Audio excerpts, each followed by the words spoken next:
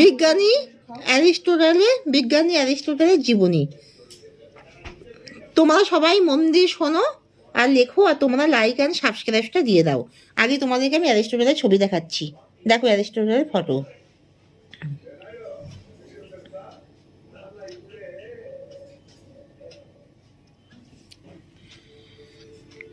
তোমরা সবাই সাবস্ক্রাইবটা দিয়ে দাও, দিয়ে তোমরা মন দিয়ে শোনো আর লেখো, লিখেও রাখো। অ্যারিস্টটল প্রাচীন গ্রিক ভাষায় অ্যারিস্টটলস অ্যাপলোটোটিয়ানস অ্যারিস্টোটেলাস খ্রিস্টপূর্ব 384, 7ই মার্চ খ্রিস্টপূর্ব 322 বিশ্ববিখ্যাত গ্রিক বিজ্ঞানী ও দার্শনিক, তাকে প্রাণ বিজ্ঞানের জনক বলা হয়।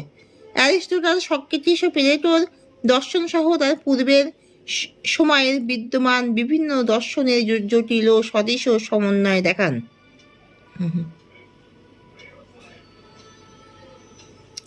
অ্যারিস্টটলের জীবনী সম্পর্কে অল্পই জানা গেছে। তার শৈশবেই পিতা নিকোমেকাস মারা যাওয়ার পর অভিভাবক হিসাবে পোক্সেনাস তাকে লালন পালন করেন। 17 বা 18 বছর বয়সে তিনি এথেন্সে প্লেটোর একাডেমিতে যোগ দেন এবং 37 বছর বয়স পর্যন্ত সেখানে অবস্থান করেন। তার লেখনীতে পদার্থবিজ্ঞান, জীববিজ্ঞান, প্রাণী বিজ্ঞান, অধিবিদ্যা, যুক্তিবিদ্যা, নীতিশাস্ত্র, নন্দন তত্ত্ব, কবিতা, মঞ্চনাটক, সঙ্গীত, মনোবিজ্ঞান, ভাষাবিজ্ঞান, অর্থনীতি, রাজনীতি ও সরকার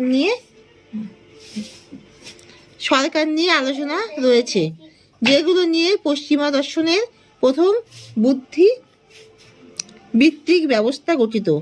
প্লেটোর মৃত্যুর কিছুদিন পর অ্যারিস্টটল এথেন্স ত্যাগ করেন এবং মেসিডনের দ্বিতীয় ফিলিপের অনুরোধে খ্রিস্টপূর্ব 343 অব্দ থেকে মহান আলেকজান্ডারকে শিক্ষাদান শুরু করেন। আলেকজান্ডারকে শিক্ষাদান করতে গিয়ে অ্যারিস্টটলের অনেক সুবিধা লাভ হয়। তিনি লাইসিয়ামে একটি গ্রন্থাগার প্রতিষ্ঠা করেন এবং প্যাপিরাস স্কলে অনেকগুলো বই রচনা করেন।